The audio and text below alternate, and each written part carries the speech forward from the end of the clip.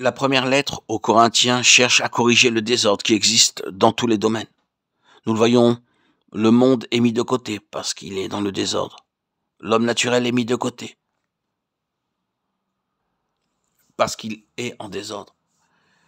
Les relations qui sont selon ce royaume en désordre et qui ont pénétré dans l'Église doivent disparaître.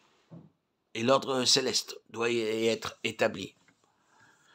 Je ne crois pas que ce qu'a dit l'apôtre Paul au sujet de la femme dans l'Église doive être interprété comme signifiant que la femme ne peut y avoir aucune place. Je pense que c'est juste le contraire.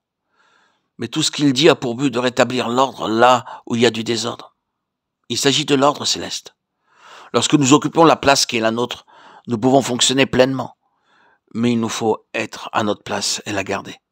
Sinon la vie disparaît. Peut-être ne serons-nous pas tous satisfaits par ce qui a été dit. Mais nous occupons ce principe. La loi de la vie opère dans la ligne d'un ordre céleste. Nous pouvons voir ainsi que tout repose sur le dessein de Dieu concernant son Fils, et que tout est gouverné par la manière dont son dessein peut être réalisé. La méthode approuvée par Dieu est celle qui doit le plus directement contribuer à un accroissement de Christ, et tout le reste est mis de côté par Dieu. L'ordre n'est pas technique, il n'est pas arbitraire, il est une expression des principes célestes qui sont établis en vue de l'accroissement de Christ. Ou bien, pour l'exprimer d'une autre manière, l'ordre est le chemin de la vie lorsqu'il est l'ordre divin, le désordre est le chemin de la mort. Nous comprenons maintenant la vie de Jacob. Il avait commencé par le désordre naturel qui est inhérent à l'homme naturel. Il avait commencé par la sagesse et l'astuce de ce monde. Il avait été choisi pour mettre en évidence la maison de Dieu et le service en relation avec la maison de Dieu, Bethel, et pour demeurer à Bethel. C'est pourquoi cet homme doit être mis sous une discipline sévère. Il faut que tout ce qui est de l'homme naturel disparaisse, parce que désordre, et que tout l'élément du monde qui est en lui soit détruit. S'il doit y avoir une maison de Dieu, ce ne peut pas être la maison de Jacob. Ce doit être la maison d'Israël.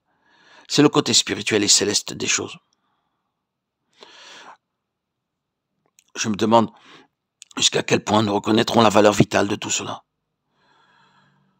Nous pouvons avoir beaucoup de questions, mais je crois que nous avons été mis en présence d'une chose. C'est que pour avancer vers la plénitude de la vie en Christ, il faut que le peuple de Dieu soit dans une relation spirituelle. Il doit y avoir entre les membres de Christ cette communion fraternelle qui donne une occasion à l'accroissement de Christ de manière ordonnée. C'est une question qui devrait grandement nous occuper. Je suis tout à fait certain que beaucoup d'enfants de Dieu souffrent infiniment, plus qu'ils ne le devraient, parce qu'ils ne sont pas, de manière pratique et agissante, en relation avec l'Église, le corps de Christ. Je crois qu'une vie et une action purement personnelle, indépendante, sans relation, expose les enfants de Dieu à de très grands périls.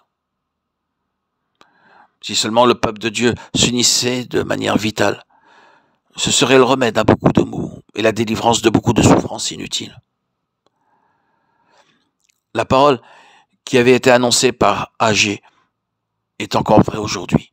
L'argent est mis dans une bourse trouée.